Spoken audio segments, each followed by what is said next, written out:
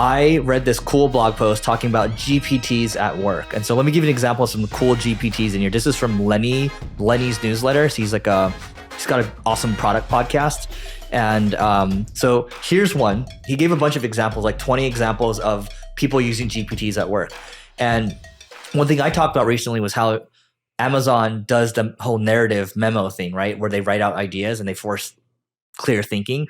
And so the quote here says, I have made myself a clone GPT bot that is trained on how I like to write project proposals, roadmaps, and more. From the product manager perspective, this has saved me endless hours of work. It provides a lot of autonomy for my marketing team. I do not have to write content for them. For my product team, we can quickly take client conversations and rapidly return a proposal. This saves me countless hours of middle management. So basically what these people are doing is they're creating custom GPTs using ChatGPT. Yeah. And just like, it's just a couple prompts, right? It's like, this is how I like it to be written. And then everyone just uses that custom GPT to write narratives the way this person likes the narratives to be written. And this person saves endless hours. And we've been doing a lot of narratives at the company. It's becoming like, if you want to pitch something, you're just going to do it now. But it does take time to write one. Dude, and this is why we have in our organization a group of people that are just focused on AI and helping the organization implement it and making people more efficient. Explain how that works.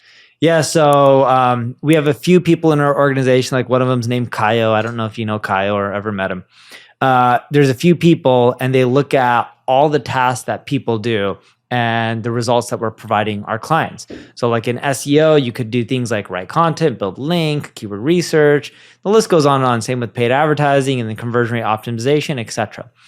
So what we're doing is we're looking at where our individuals in the organization are spending their hours, and we're seeing what kind of stuff can be done with AI to make their time more efficient.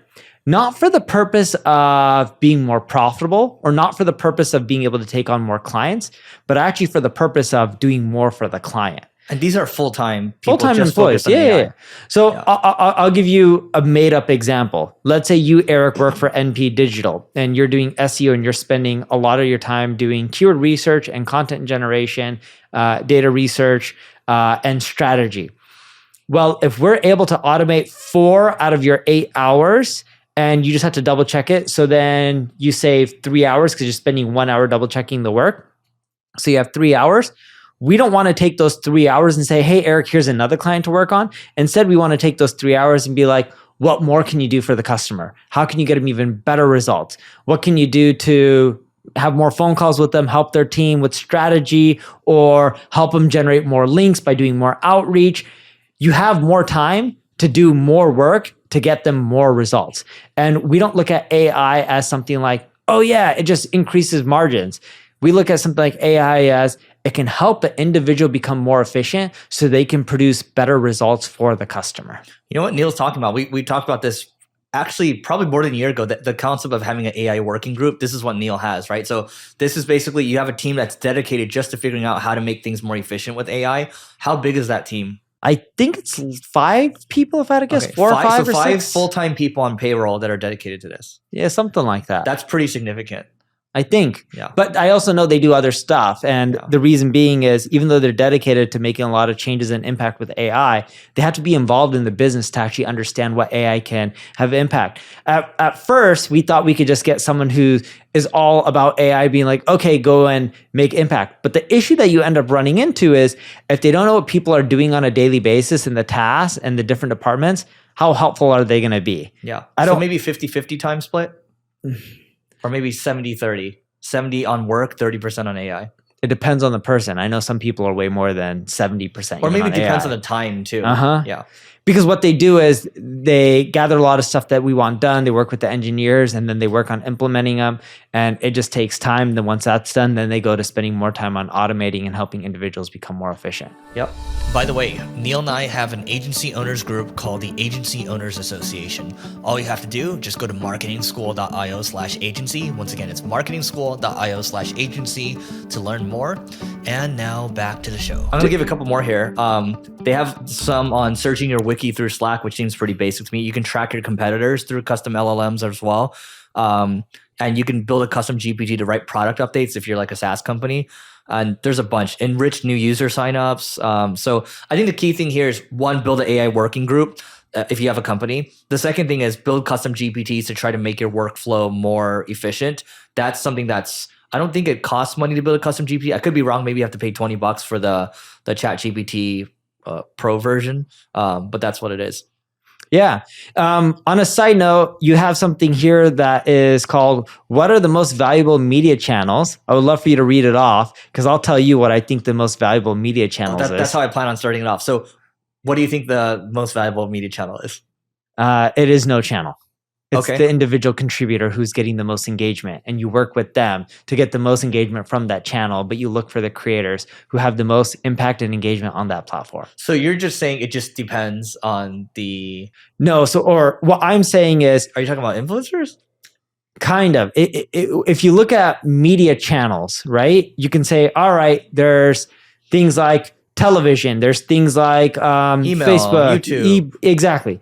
And what I'm saying is you got to look who's capturing most of the attention.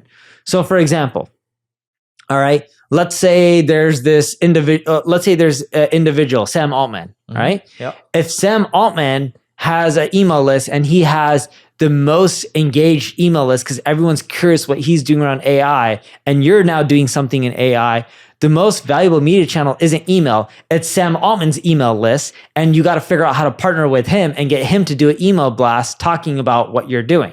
Or for example, some people say YouTube's reach sucks. If you have 1 million followers like me, it doesn't guarantee views. You'll see the same thing with like Gary Vaynerchuk, 4+ million followers or subscribers. It doesn't guarantee views. They've democratized YouTube, in which if a lot of people engage with your content at the very beginning, they'll spread it to everyone who's not your followers and they don't care. But if your video doesn't have the engagement they're looking for, you're screwed. Mr. Beast gets great engagement, for example, on YouTube, right?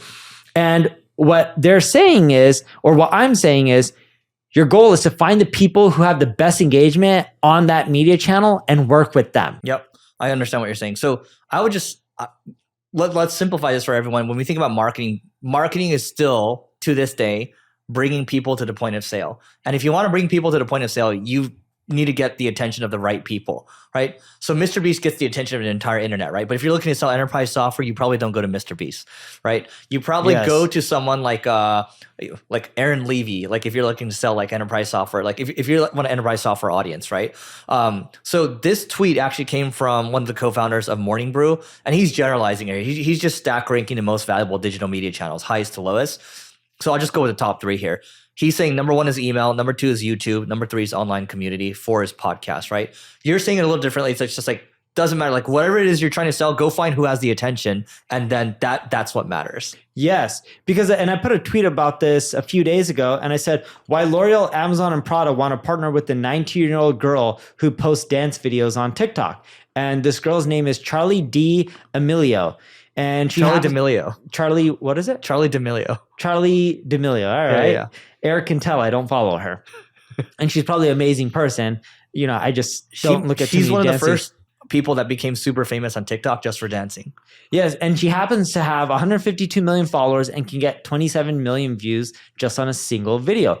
The point I'm getting at is, dude, some channels may favor you, some channels may not, but if you found the person who knows how to get the most out of that channel, work with that person and you can get your product or service out to their audience, assuming their audience is interested in your product. Yep. For example, Kylie Jenner gets amazing engagement on some social platforms. I would not want to partner with Kylie Jenner. I'm not saying she would want to partner with me in the first place either. But let's say if I could pay her enough money to make it worth her while, her audience doesn't care for marketing services. Right? Maybe they're like, yeah, make me popular like Kylie Jenner, but that's not going to pay for the cost for me to partner with her. But on the flip side, if Mark Andreessen or Satya from Microsoft was willing to do a partnership and would say from the top of their voices, you got to work with NP Digital. It's the best marketing firm. Look at the results they provided. That would drive tons of revenue. Yeah. Doesn't matter, whatever platform they're getting engagement on. And I would probably do it on LinkedIn with Satya because Microsoft owns LinkedIn. Yeah. It probably would do well. Same with Twitter or X because a lot of people follow these CEOs on X. And it would do really well. It's finding the people who have your audience and are getting the engagement on the platforms that you want to target. You know what's going to happen? People are going to start making deep fakes of Satya, like promoting their company. And then they're just be like, oh, I didn't know. He's like, someone made a deep fake promoting us. I don't know who did it, right? Yeah. You're going to see a proliferation of that. This message is brought to you by Single Grain. Single Grain is a marketing agency ran by yours truly. Single Grain does paid media, SEO, creative, conversion rate optimization, and has worked with a handful of companies such as Uber, Amazon, Airbnb, Salesforce, to startups, venture-backed startups, a lot of different companies. And ultimately, our mission is to do innovative marketing that drives customers. If you want to learn more, just go to singlegrain.com. Again, it's single grain like wheat, and we'll see you on the other side. You know who's a good example, by the way, of someone that built their audience from scratch for 2 years? It's Brian Johnson. So Brian Johnson, he started Braintree. I think he sold it for $400 million or whatever. And now he's all about, he has this book called Don't Die, right? And wait, is that the guy that transfers blood from his son to him to live longer and then from him to his father? yes. He does all these crazy things. He like doesn't, I don't think he eats meat. He eats like mush and then like a lot of olive oil, a lot of supplements. I think he takes a ton of supplements, right? He's like super pale. I don't think he tries to get sun either. I could be wrong on that. So he kind of looks like a vampire, right? But he looks really fit, like a fit vampire. So aren't vampires fit? I don't know. Are they? All the vampire movies I saw, yeah, they're fit. They can throw people across the room and they're like really strong. Yeah. So have you seen Twilight? No, but I've seen Buffy the Vampire Slayer. I saw Twilight 1, 2, maybe 3 at the theater, and I fell asleep during all of them. Oh, there you go. So Buffy's more entertaining. I didn't go by. It wasn't my choice to go. Well, got it. Well, okay, going back to Brian Johnson. So he's grown a pretty big audience now on Twitter and on YouTube. And then just recently, so he spent 2 years building his audience. Like, where's this guy going? Maybe he's just like, he wants to give back, right? He just launches olive oil. He just launched like all these supplements and all these things. And so that's another good example of like, he controls the attention or a lot of attention around longevity now, in addition to like Dr. Does he have Peter. a longevity company? It's basically a longevity company now. If you go look at all the stuff he's selling, it's like supplements to just increase his life. I think he sells like metformin. There's like all these things people take to these pills that decrease your like biological age or whatever. And he's like biologically, he's like 21 years old or something. But point is, he spent 2 years building that audience, and then now he controls the attention. He just sells stuff himself, and he just labels his own stuff. That's cool. I'm going to go try buying some of his products. Really? Yeah. I almost bought the extra virgin olive oil yesterday. And then the two people, Billy and then my other friend Anna that was there, she's like, don't buy it. It's like no different. But I was like, but it's from him.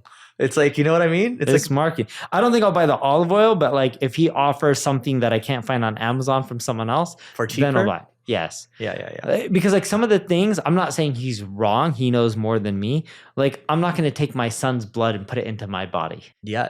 That's true. He's really young, but if it's proven to do well and it doesn't harm him or affect his future negatively in a negative way, maybe I'm open to it. But like the thing I see as a father, and again, I'm not a doctor. I have no knowledge on this subject.